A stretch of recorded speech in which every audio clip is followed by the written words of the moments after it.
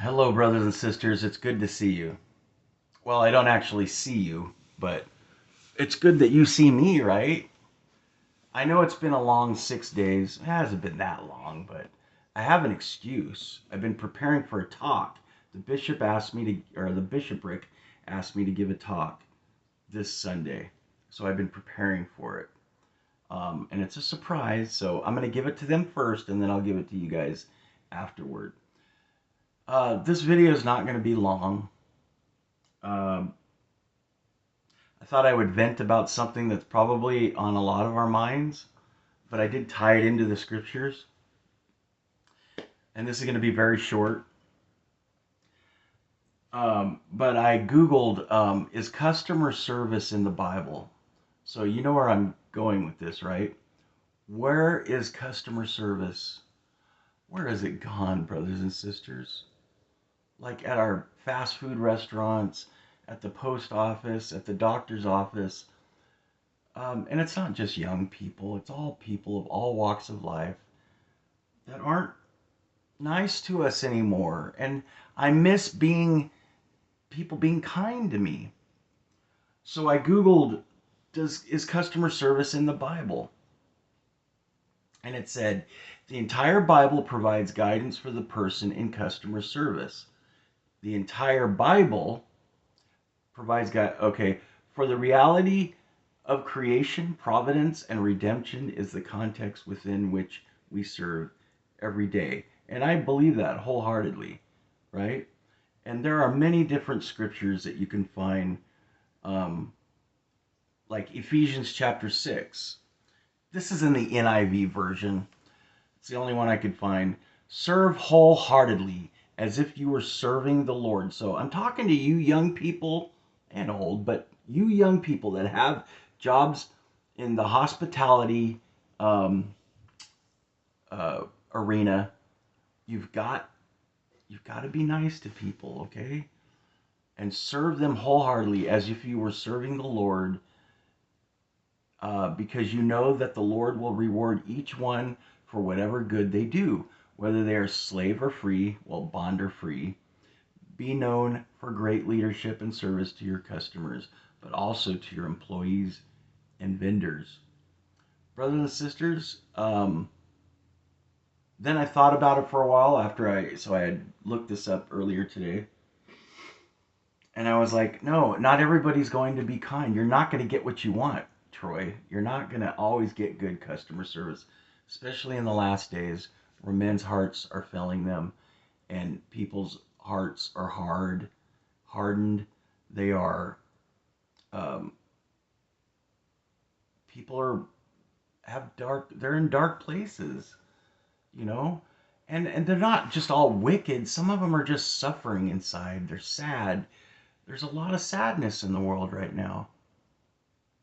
And it's hard because people have been conditioned not to trust people too, and to look at certain people and judge them incorrectly and use stereotypes and all kinds of stuff. But I also Googled, does the Bible talk about being kind to unkind people? According to Country Living magazine, be kind and compassionate to one another, forgiving each other, just as in Christ God forgave you.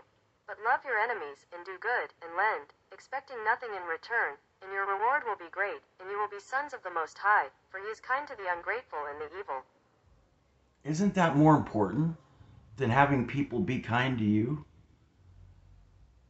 Give it no matter what, brothers and sisters. We're the example. Give it no matter what. If they didn't get your burger right the third or fourth time in a row, be nice and be kind. You ever heard the old term too? It's not in the scriptures, but you catch more flies with honey. It's true. Be nice, be kind. You know, the other day we have a restaurant called El Pollo Loco. It's a fast food restaurant. And I ordered a salad, and and it was for Andrea. The main reason she gets that salad is for the dressing. They didn't have any dressings prepped. Um, And the young people looked at me like a deer in headlights. And they did not want to go find out from their supervisors or from other coworkers what the solution should be. It was just, we don't have any, period. Well, I know that they mix some dressings there and they put them in these little plastic containers. So they were basically saying, you're going to eat that salad dry. And it bothered me. It bothered me. And I started feeling myself getting angry. But I knew it was the adversary. Do you know why?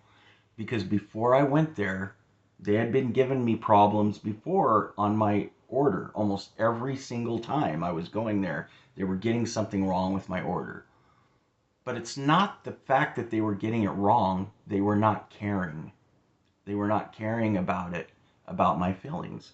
So I said a little prayer before I went that I would have the Spirit of Christ.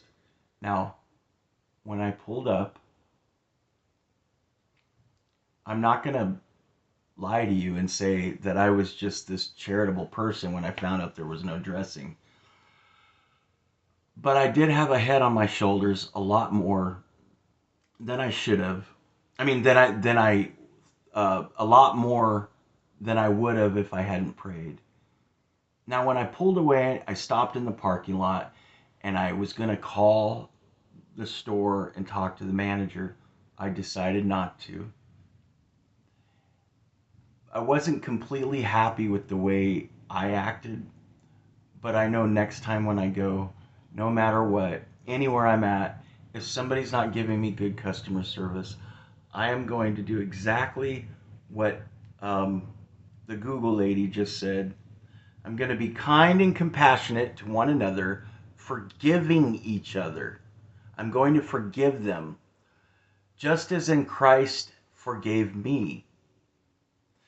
I'm going to love my enemies, and I'm not calling them enemies, but that's a figure of speech. Um, I'm going to love my enemies. I'm going to do good and lend, expecting nothing in return. And my reward will be great. And it says that I will be the sons of the Most High, for he is kind to the ungrateful and the evil. And what the old saying too, be the way that we judge others, it's going to come back to us too. Brothers and sisters, I know these things are true. I know that it's more important to be kind than to be right, maybe, or to be validated by another.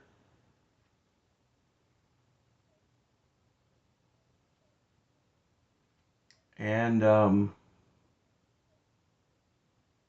that's it. Have a wonderful, wonderful night.